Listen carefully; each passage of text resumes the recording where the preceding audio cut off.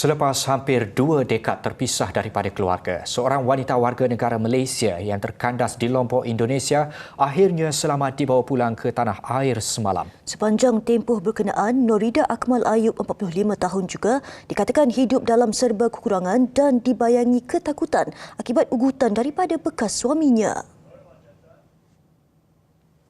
Timbalan Menteri Dalam Negeri Datuk Seri Dr. Syamsul Anwar Nasarah berkata, Norida sebelum ini mengikut suaminya yang juga warga Indonesia ke Lombok bersama anak perempuan mereka dan menetap di sana. Bagaimanapun, perkahwinan mereka tidak kekal dan akhirnya Norida hidup dalam keadaan susah dan daif. Demi kelangsungan hidup, Norida bekerja sebagai tukang sapu selain anak-anaknya juga tidak dapat meneruskan persekolahan dan terbiar. Keluarga Norida membuat rayuan kepada kerajaan supaya membantu membawa pulang wanita berkenaan selepas 18 tahun terkandas di Lombok.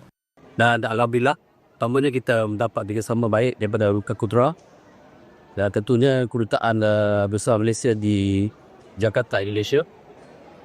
Kemudian dengan Jabatan Immigration Malaysia di buka Jabatan Immigration Indonesia dan juga Polis Indonesia dan wakil-wakil berada. Beliau berkata 2 pegawainya turut dihantar ke Lombok bagi membantu urusan berkenaan dan 2 beranak itu tiba di tanah air semalam.